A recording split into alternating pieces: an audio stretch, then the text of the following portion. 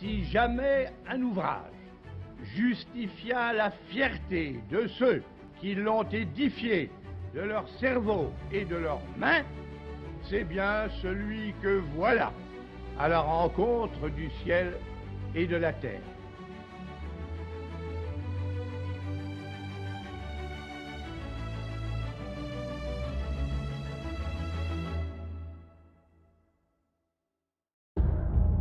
Printemps 1918. La soudaine offensive allemande oblige les Alliés à une meilleure coordination de leurs forces. Le général Pershing, chef du corps expéditionnaire américain, obtient de Foch et de Clemenceau d'établir un camp d'aviation au sud de Paris, sur les terres agricoles de la petite commune d'Orly. Donc les Américains vont arriver le 31 mars 1918. Le lendemain, ils vont se mettre au travail et en un mois, ils vont construire la base d'Orly. À la base d'Orly, ce sera pour réparer, monter des avions et les convoyer vers le front. Les premiers qui arrivent, ils sont 104 soldats américains le premier jour, et puis ça va aller jusqu'à des milliers en quelques temps. En un mois, tout va être fait. On peut effectivement dire que le destin aéronautique du plateau de Longboyau, donc de Orly, se scelle en 1918. C'est vraiment le premier coup de pioche. Les Américains avaient besoin d'un terrain pour réceptionner les avions produits à Paris, en région parisienne, et les préparer, c'est-à-dire les armer de mitrailleuses. Donc c'est une base vraiment logistique. D'ailleurs, le terme c'est Orly Acceptance Park. Donc c'est vraiment l'endroit où les avions arrivent avant d'être dispatchés sur le front.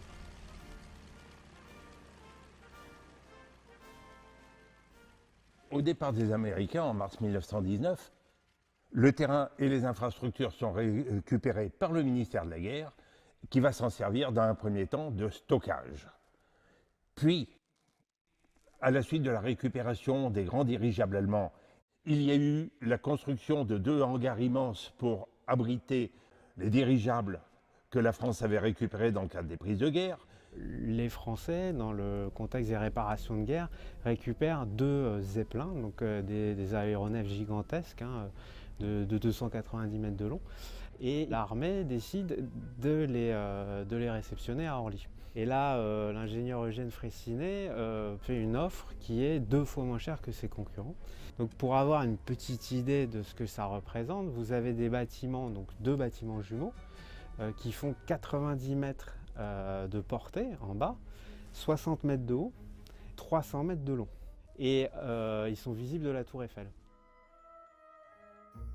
Ça fait partie des bâtiments les plus grands du monde de l'époque. Bon, il y a la Tour Eiffel, il y a les gratte-ciels à New York, et il y a les hangars Freycinet. Songez encore, on peut faire rentrer le Titanic dans ces hangars-là. Donc on est quand même face à des choses très importantes. Au début des années 20, on va voir s'installer à Orly de nombreuses écoles de pilotage, dont la plus célèbre est celle de Nagesser. Et puis, on trouve aussi à Orly tous les grands aviateurs du début de ce XXe siècle. C'est Adrian Bolland qui vient battre des records de looping, c'est Joseph Toré qui partira vers Moscou. Orly est un lieu qui rassemble tout le monde. Le terrain d'Orly commençait à prendre de l'importance. Donc les pouvoirs publics se sont penchés sur le statut de ce terrain. Et le Service national de la navigation aérienne a octroyé à cet ensemble de prairies qui était à l'époque Orly le statut de terrain secondaire. C'était en 1924. À partir de là, nous avons quitté le statut de champ d'aviation pour prendre celui d'aérodrome. En région parisienne, il y a 2 grands aérodromes, le Bourget et Orly. Le Bourget est consacré à l'activité commerciale naissante et Orly va servir aux constructeurs franciliens, parisiens, aux industriels de l'aviation pour à la fois faire des essais sur des nouveaux modèles, mais aussi promouvoir l'aviation avec des manifestations, des concours d'élégance, des prix, ce genre de choses qui participent, on va dire, de la communication de ces entrepreneurs.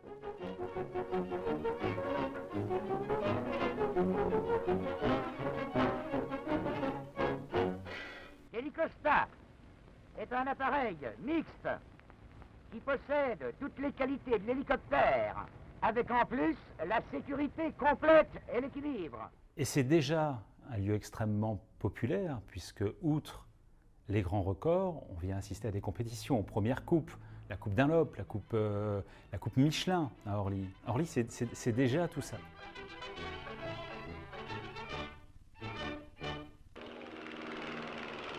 Les dimanches à Orly, comme on le dira quelques années plus tard, existaient déjà.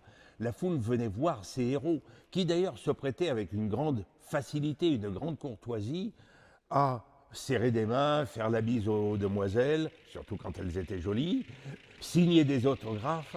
C'était un contact absolument extraordinaire entre les aviateurs, et pas seulement les pilotes, les mécaniciens, les constructeurs étaient mis en valeur, et le grand public. Et il y a un brassage culturel, puisque d'un côté, on a cette population, cette aviation populaire naissante, et de l'autre côté, cette haute bourgeoisie parisienne, Dodge-la-Meurthe, le pavillon Roland-Garros. Et ces gens se côtoient à Orly, ce qui va sans doute préfigurer ce que sera plus tard l'aviation. On sent déjà dans les années 20 et dans les années 30 ce que sera Orly par la suite, c'est-à-dire le Orly des terrasses, le Orly de Bécaud, le Orly des dimanches.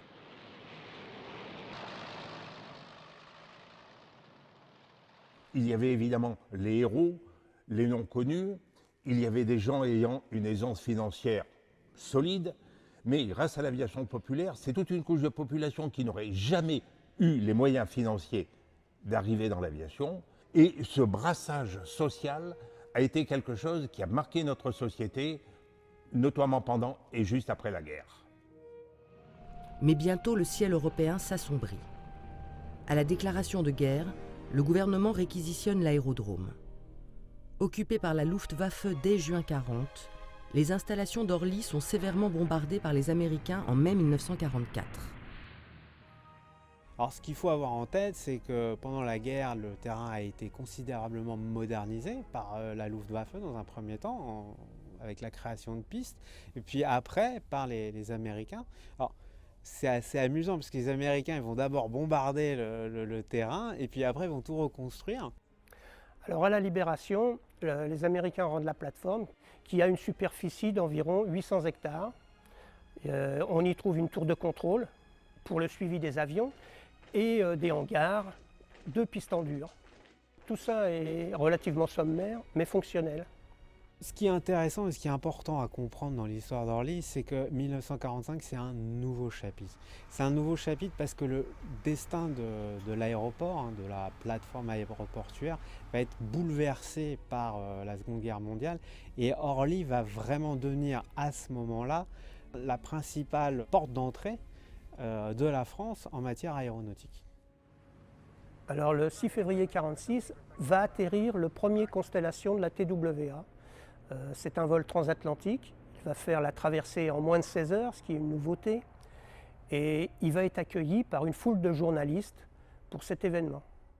Ce 6 février 1946, il ne fait pas très beau, Orly, le ciel est brumeux, il pleuviote, et pourtant il y a une foule qui attend, il y a des dizaines de photographes qui attendent un Constellation. Ce Constellation de la TWA, Stars of Paris, est le premier vol transatlantique commercial entre New York et Paris. Le vol va durer 16 heures, il y a 36 passagers à bord de l'avion qui ont été triés sur le volet, 1200 kilos de fret à bord de cet avion, et cet avion se pose à Orly. Et ce premier vol transatlantique va préfigurer une nouvelle ère, l'ère du transport aérien commercial moderne.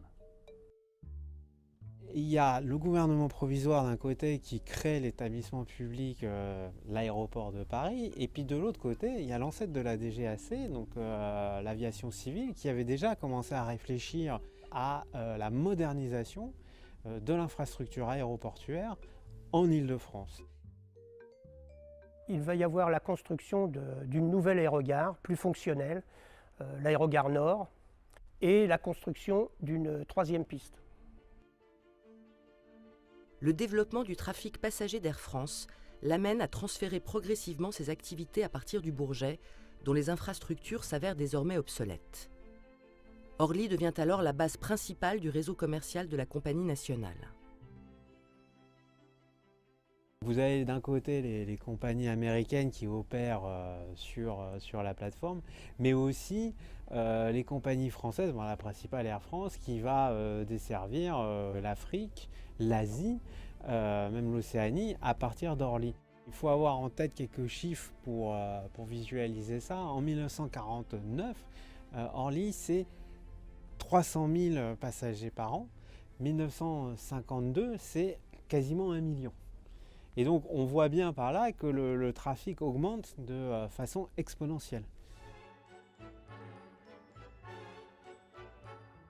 Dans les années 50, la France change, la société française change. On voit l'émergence de la société de consommation, la société des loisirs. Et si vous voulez, c'est cette expression qu'on a gardée par la suite, c'est les 30 Glorieuses. Et c'est vraiment le début des 30 Glorieuses. Et Orly incarne tout ça pour les Français, c'est-à-dire que quelque part, c'est la société des loisirs avec le rêve de pouvoir partir en voyage, l'émergence d'une nouvelle classe, la classe moyenne, qui profite des vacances. Et donc, progressivement, l'aviation qui était réservée à une élite va devenir un moyen de transport de masse. Et en même temps, l'aviation observe un bouleversement technologique puisqu'on a l'arrivée des premiers avions à réaction. On passe d'avions qui font 50, 70 tonnes pour les plus gros, les Armagnac, à des avions qui font 100, 120 tonnes pour les jets. Et donc, toute l'infrastructure aéroportuaire a dû être adaptée en urgence pour accueillir ces nouveaux avions. La tour de contrôle d'Orly ne chôme guère. Chaque jour, sur les radars de l'aéroport s'inscrivent les échos d'une centaine d'avions à l'approche.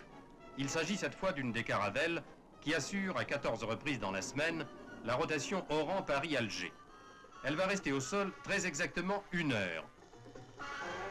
Pendant ce temps, la caravelle s'apprête pour cette nouvelle traversée. Bien peu sans doute ont pensé à la somme de dévouements invisibles que suppose une liaison aussi régulière et aussi fréquente.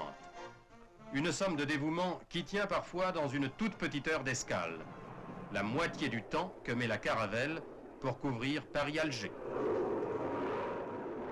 Là, on s'aperçoit que le transport aérien va littéralement exploser. Donc, il va falloir doubler la surface d'Orly. On va passer de 800 hectares à 1600 hectares. On va construire le bâtiment sur la Nationale 7, donc on va enterrer la Nationale 7 et puis on va rallonger les pistes. Et si vous voulez, ça crée une perspective majestueuse à la française qui correspond aussi à l'idée d'un grand projet entrepris par l'État.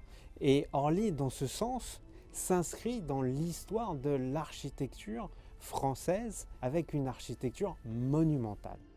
On va faire appel à un architecte qui s'appelle Henri Vicario, qui va s'inspirer de ce qu'il a vu aux États-Unis. C'est le renouveau architectural de la France d'après-guerre. C'est un bâtiment extrêmement lumineux grâce à ces immenses baies vitrées. On voit le ciel, c'est déjà une invitation au voyage. On voit le ciel, on voit les avions, on voit les pistes et on est proche surtout de ces avions qu'on voit directement au contact. Retour à Paris où l'événement de la semaine aura été, en à côté de la politique, l'inauguration de la nouvelle aérogare d'Orly par le général de Gaulle devant plusieurs... Le bâtiment qui est inauguré en 1961 par le général de Gaulle, c'est un événement. C'est un événement à plusieurs titres parce que déjà c'est le Grand Orly, le principal aéroport français, mais c'est aussi un événement architectural, un événement de la modernité, dans le sens où il est complètement novateur. Pour l'époque, Orly Sud est un symbole de modernité. On pourrait presque parler de bâtiment high-tech. C'est la première fois qu'on va y introduire cette notion de flux, départ, arrivée. On va séparer les vols internationaux et les vols domestiques. Et ça, c'est une grande première. C'est vraiment le Orly System. C'est la première fois qu'on va y introduire également les tri-bagages automatisés. On verra à Orly les premiers escaliers roulants mécanisés et surtout les premières passerelles qui permettront aux passagers d'être directement dans l'avion sans avoir à traverser le tarmac. C'est à Orly que se met en place ce système où on arrive à l'aéroport, on enregistre sa valise et on embarque sans avoir sa valise avec soi. Et c'est ce système qui va être développé par la suite dans tous les aéroports du monde. Dans les années 60, Orly Sud est plus qu'une aérogare, c'est une ville en soi. On y trouve des boutiques, des bars, des restaurants, un hôtel et bientôt un cinéma. On y vient en famille le dimanche pour voir les avions s'envoler sur les terrasses. C'est un lieu de vie, c'est un lieu touristique. Il faut imaginer qu'en 1964, Orly est le monument, entre guillemets, le plus visité de France. 4 millions de visiteurs, c'est plus que la Tour Eiffel. En 1969, quasiment 10 ans après l'inauguration du terminal sud, la plateforme accueille 9 millions de passagers par an. Elle avait été conçue pour en accueillir 6 millions, donc on est déjà bien au-delà de ce qu'on avait prévu. Et puis elle voit arriver la deuxième génération des jets, et surtout le plus gros, le plus important, le jumbo jet, le Boeing 747, qui est mis en service en 1969. Et à partir de là, si vous voulez, on rentre dans une nouvelle ère pour le transport aérien, c'est le transport aérien de masse. Alors la conséquence, elle est assez simple à Orly, c'est qu'on va construire un nouveau terminal. Alors Orly Ouest, c'est plusieurs choses. C'est à la fois un terminal qui va permettre de désengorger Orly Sud, et surtout, en termes de fonctionnement, c'est l'aboutissement de ce fameux Orly System, où là, on a vraiment une division sur 2 niveaux. D'un côté, le niveau des arrivées, et de l'autre côté, le niveau des départs. Et la finalisation, si on veut, de ce qu'on peut appeler la liturgie du voyage, telle qu'on la connaît. Donc, c'est-à-dire qu'on arrive à l'aéroport, on enregistre ses bagages, et puis après, on passe la douane et on va faire du shopping dans le duty-free avant de prendre l'avion. En 1974, on a une redéfinition des lignes aériennes sur l'Île-de-France, où c'est Roissy qui va devenir la principale porte internationale du trafic aérien, et Orly va accueillir les moyens courriers. Ça va devenir la base première d'Air Inter. Et ça pendant 20 ans, jusqu'à ce que le trafic aérien soit libéralisé et qu'apparaissent de nouveaux acteurs dans l'aérien, les low cost. Et là, Orly va devenir le principal aéroport francilien des low cost. La fréquentation d'Orly, dans les années 80, c'est 20 millions de passagers par an. Dans les années 2000, c'est 30 millions. Et donc on voit que le trafic aérien continue de se développer à Orly.